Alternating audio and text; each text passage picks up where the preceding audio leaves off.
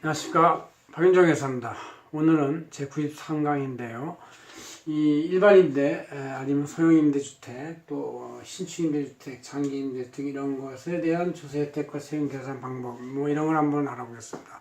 전에도 한 비슷한 강의 했는데요. 요새 특히 또 연말이 가까워가면서 부동산이 이제 정부의 대책에 의해서 약간 주춤하고 꺾이는 쪽 추세도 있고 했고, 이거를 팔까 임대로 돌릴까 뭐 이런 고민들을 하는 분이 많이 있는 것 같아서, 각각의 그 주택을 소유하고 있는 역사와 배경은 다르겠지만 어쨌든 이거를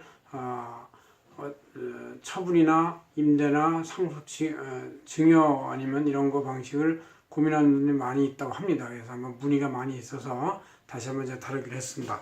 이거는 또 특히 저희 그 안세 재경천을 10월 11월 이번 주자에 쭉 제가 잘 요약한 겁니다. 한번 보세요. 찰칵 찍어 놓으시고요.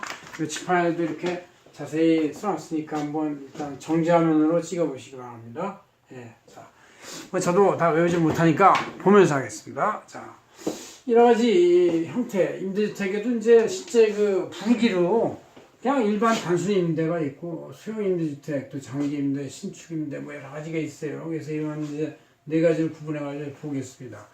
법률은 이제 다 이건 일반적인 임대니까 소득세 부분이 있고, 소형 임대주택은 이제 주택법 96조, 장기 임대주택은 주택법 97조, 신축 임대는 주택법 97조 2 이렇게 다 달라요. 목적이 다 다르기 때문에. 왜? 목적이 일반적인 임대주택은 뭐 내가 강서구에 살고 또 직장은 저 강동구에 있고, 어떤 사람은 강동구에 집이 있고 직장 강서구에 있고, 이런 경우 참 이거 팔까 말까 고민이스러운데, 그냥 서로 임대를 하면 뭐 막교환은 되는 건 아니겠지만 어쨌든 임대를 하고 소액의 상호 임대 교환을 하라 이런 뜻이 있는 것이죠. 소액임대주택은 다세주택을 지어서 임대를 활성화시키겠다는 것이 있었고, 아파트값만 아니라 아파트도 일종의 그런 거지만, 그 다음에 이제 장기 임대주택은 그 당시 2020년까지 미분양이 많아가지고 해소하기 위한 목적이었고, 신축 임대주택도 2011년까지 미분양 해소한 목적이었어요. 이 목적이 그때 틀린 것이죠. 자, 일반 임대주택은 한 채나 이렇게 그거기 때문에 불필요해요. 임대사업자 등록. 그러나 소형 임대주택도는 다 임대사업자 등록을 해야 돼. 규정이 없지만 등록을 해야 되고, 등록을 해야 되고, 보통 거대한 LH공사 뭐 이런 것도 말하기도 하고, 요건이 일반 임대주택에서 이제 기준시가 9억 원, 비싼 건 안 된다. 비싼 거 이상은 내라. 전세금이건 월세금 간에 그런 얘기고, 한 개 주택만 한정해야 되는 것이다. 이런 얘기죠. 소형 임대주택은 이제 국민주택규모 이하를 말하고, 기준시가 6억 원을 말하는 작은 국민주택 규모니까 작은 걸 말하고, 역시 단기나 이런 건 다 국민주택 규모 이하를 말하고, 이렇게 2016분 이렇게 되어 있습니다.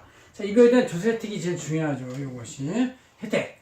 임대소득이 올해까지는 말까지는 비과세였어. 2천만 원까지. 연 2천만 원까지니까 월세 150 정도까지야 뭐 그냥 내가 이쪽에 월세 내고 저쪽에 갖다 월세 주고 뭐 이러니까 이제 그게 똔똔돼서 상쇄된다 해서 이제 비과세 했었는데, 2019년부터는 2천 이하에 대해서 분리과세를 합니다. 분리가 14% 세율을 적용하는데, 분리과세 한다고 다 2천을 다 때리는 게 아니고, 그 총 임대 수입의 60%는 필요경비로 내가 이자를 냈던간, 딴 데 임차를 했던간 필요경비에 차감해주고, 또 다른 종합소득이 2천만 미하면 400만 원까지 추가 공제해주는 것이 있습니다.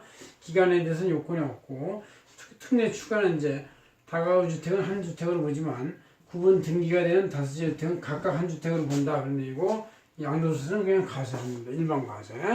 소형주택에 대해서는 이제 정상적 임대소득에 대해서 소득세의 30%를 감면하고, 준공공 임대, 민간 임대는 이제 70% 감면해주고, 그러니까 임대소득에 대한 감면이 되고, 대신에 양도소득은 과세를 하는 것이죠. 그래서 2019년 12월 30일까지만 적용하는 것이 있고, 이 임대 감면은 이게 이제 매년 일몰 규정에서 연장이 될 수 있는데, 올해 부동산의 분위기로 봐서는 쉽게 연장이 안 될 수도 있습니다.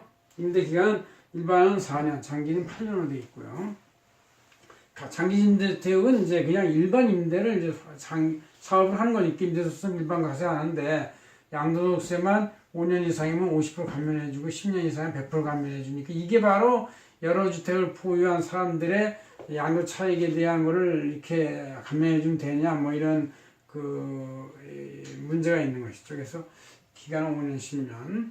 거주자의 이럴 때 장기 임대주택은 거주자 자체가 한 선택이 있으면 이거에 영향, 플러스 영향이 없다 이거예요. 이건 이거대로 비과세가 되고, 이거는 이거대로 이제 양도세가 감면이 되면서 임대료세만 과세가 되는 것이다. 그런 얘기죠. 신축 임대주택은 임대료세는 과세가 되고, 건수한 임대주택 하나인데 양도세는 100% 면제를 해줍니다. 왜냐하면 그때 미분양 해소하기 위해서 억지로 그냥 정부가 막 그 사라고 한 거니까 이제 그 해준 그런 것이고, 기간은 5년 이상 임대가 맞고, 그 다음에 이제 특례 추가해서 1세주택에 영향이 없습니다. 이것도 건설 임대주택은 특별히 그때 신축 임대주택이었으니까 임대료세 일반 과세가 되고, 이렇게 해서 우리가 이 임대주택의 상황에 따라서 그 이름이 소형 임대주택이냐 장기 임대주택이냐 신축 임대주택 일반 임대냐 이런 거에 따라서 조금씩 과세 요건이 혜택이 좀 다르다는 걸 알고 여러분들이 대응하실 필요가 있고, 사실 이게 이제 개략적인 상황이니까 이거를 좀 더 자세히 보려면 이 조세 특례제한법 90, 97, 90 이걸 다 보셔야 되고, 이걸 봐도 뭐 잘 아리까리하고 이해가 안 될 겁니다. 그럴 때는 주변 회계사나 세무사, 세무 전문가한테 특별히 자문을 구하시면 좋은 길을 안내해 주리라고 생각합니다. 고맙습니다. 박인종 회계사였습니다.